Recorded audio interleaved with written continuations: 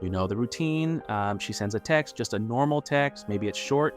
Maybe there's no exclamation point this time, and suddenly you're a detective. You're rereading it 4 times. You're checking when she was last active. You're asking your group chat to analyze um, a single period at the end of a sentence like it's evidence in a murder trial.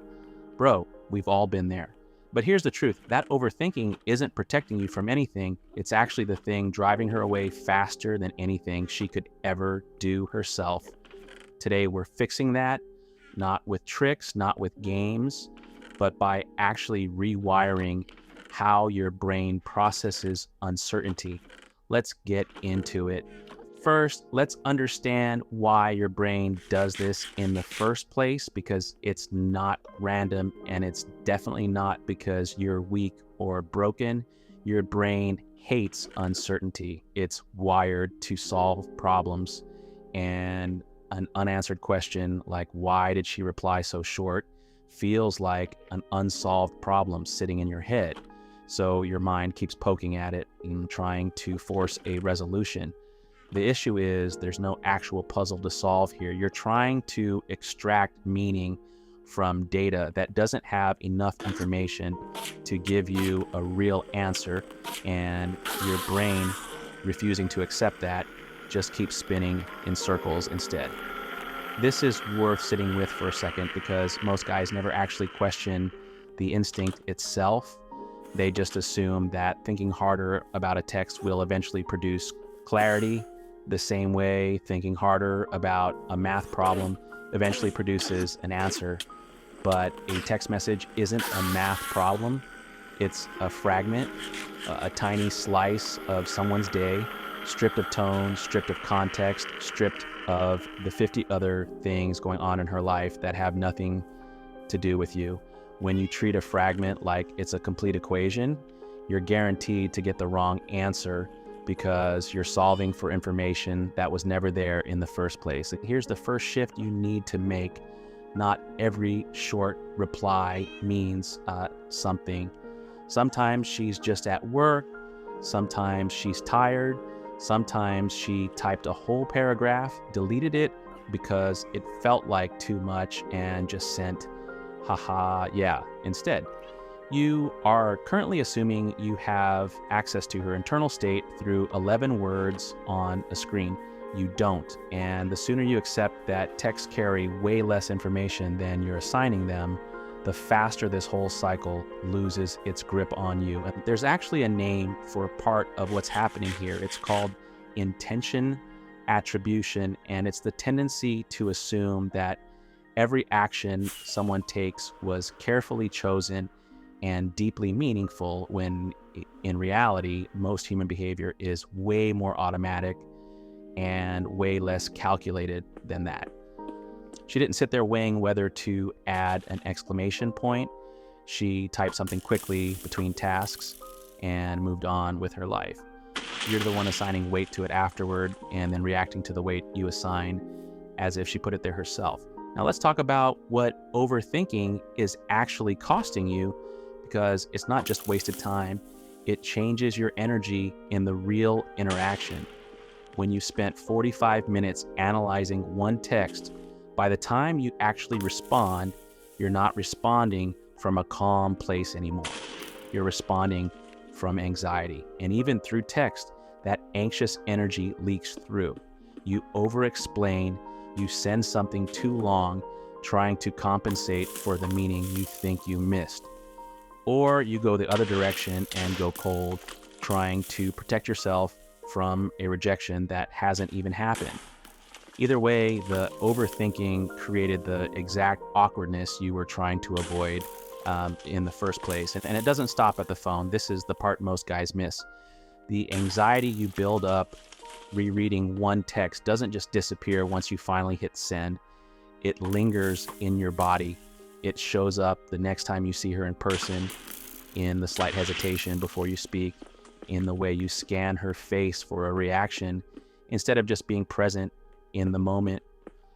Overthinking text trains you to constantly monitor for danger, and that monitoring habit follows you everywhere, even into the moments where you actually have real, immediate feedback you could just trust instead of manufacturing fake feedback out of thin air. So here's the practical fix, and I want you to actually use this one.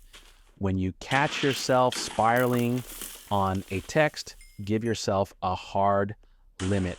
60 seconds, that's it.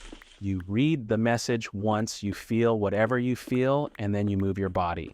Stand up, go do something physical, even just walking to another room. The goal isn't to suppress the thought, it's to interrupt the loop before it builds momentum. Overthinking needs stillness to survive. The moment you move, the spiral loses its grip. And if 60 seconds feels impossible at first, that's fine. That's normal. The habit didn't build overnight, and it won't unwind overnight either. What matters is the pattern, not perfection. Every single time you catch the spiral early and interrupt it, even a little later than you wanted to, you're weakening the neural pathway that keeps pulling you back into this loop. Think of it less like flipping a switch and more like wearing down a groove in a record. The first few times you skip the groove, the needle still wants to jump back in. Eventually it doesn't. Next, here's a mental reframe that changes everything. Stop treating her response time as information about her interest and start treating it as information about her day. A slow reply from someone busy at work means nothing about attraction. A slow reply from someone who's clearly free and scrolling social media all day might mean something, but even then you don't actually know unless you ask directly. And even then, sometimes people just aren't great texters.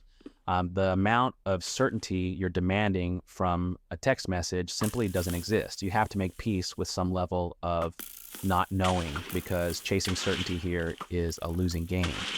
There's a version of this that goes even deeper, and it's uncomfortable to admit.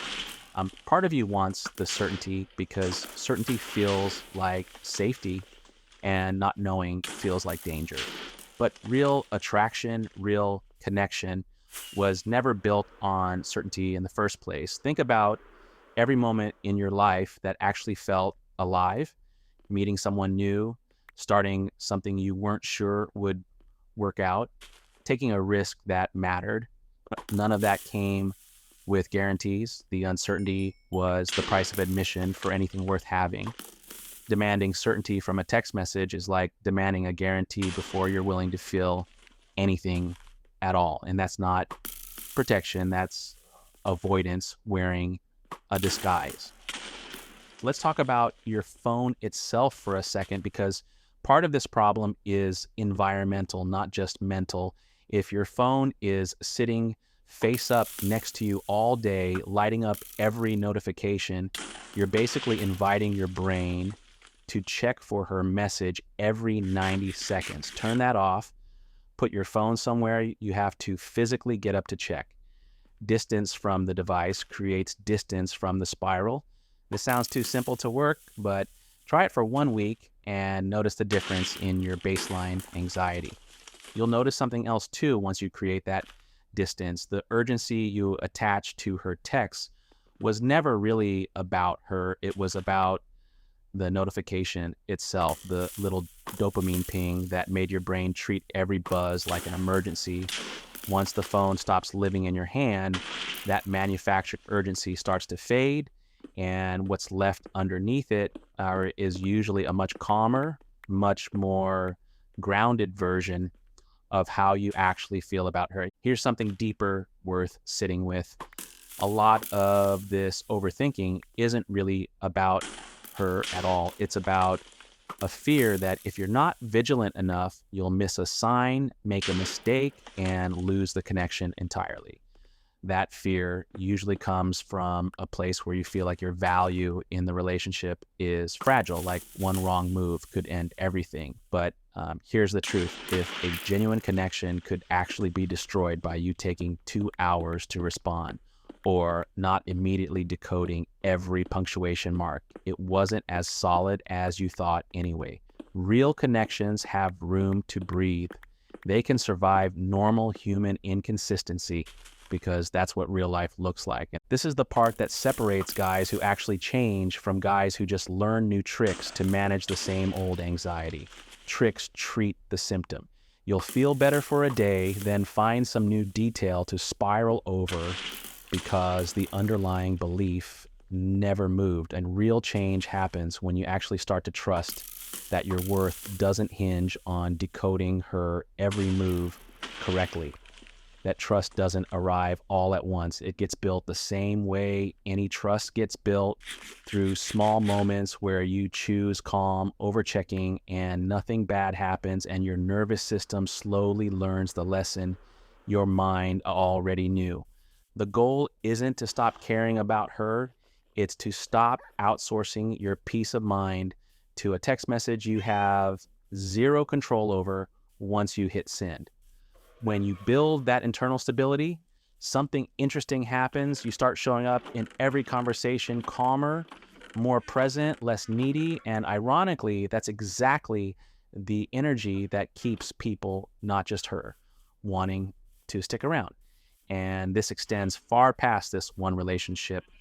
The guy who can sit with uncertainty without needing to resolve it immediately is the same guy who handles a tense conversation at work without panicking, the same guy who can wait for test results, wait for a job offer, wait for any answer in life without letting the waiting eat him alive. Learning to let a text sit unanswered in your mind without needing to solve it is a small, almost invisible form of the same discipline that shows up everywhere else you'll need it.